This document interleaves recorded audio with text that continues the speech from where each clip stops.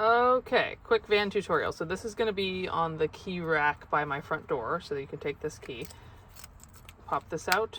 It's an old school, key for that. This unlocks the front doors, and then you have to hit this to unlock the slider in the back door. This is just to lock it, obviously.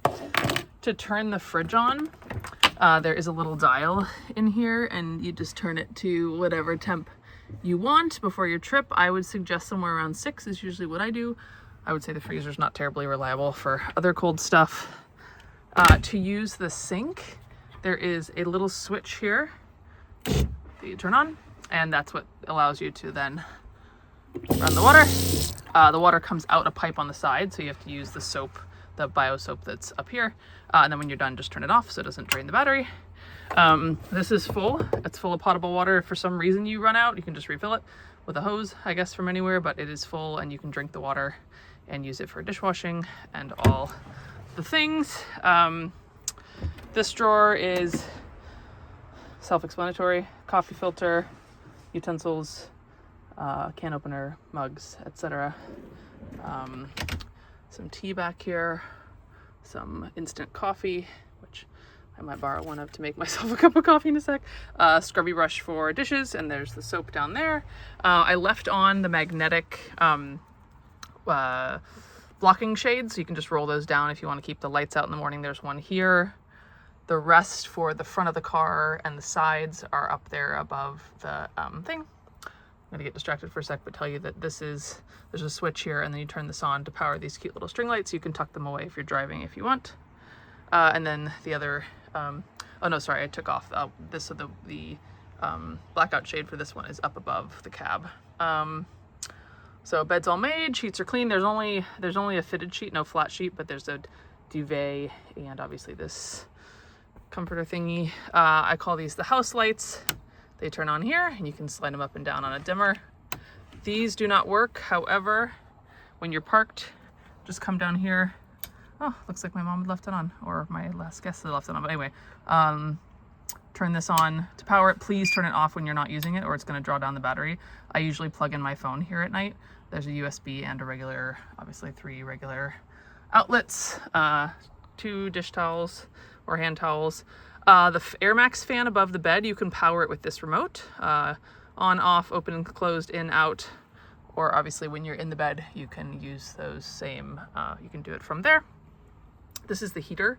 If you need it, you just turn it on, turn it to the temp that you want it to be. I usually just keep it super low.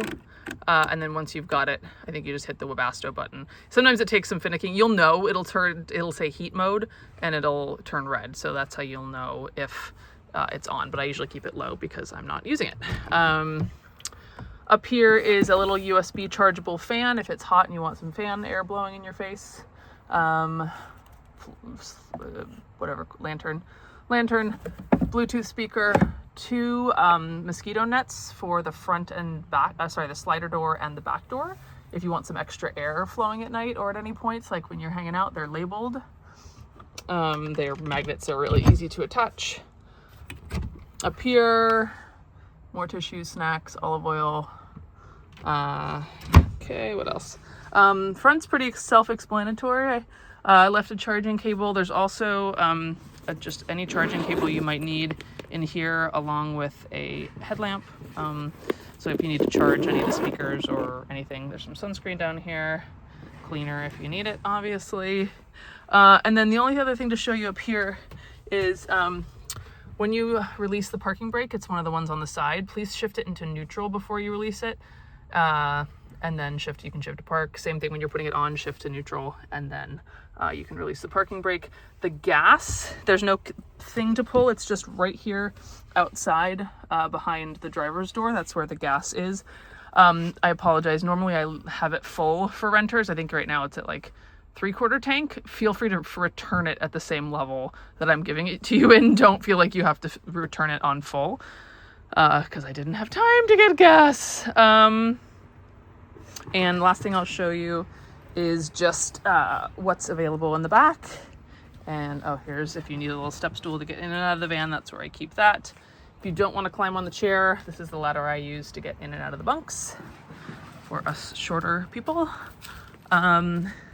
And then first aid kit if you need it. There's the Coleman stove. Sorry, I didn't show you those drawers over there. Those drawers are like all the cooking equipment, pots, pans, Jetboil, Coleman gas, and a variety of different cooking things. One of the drawers is empty, but there's the stove itself.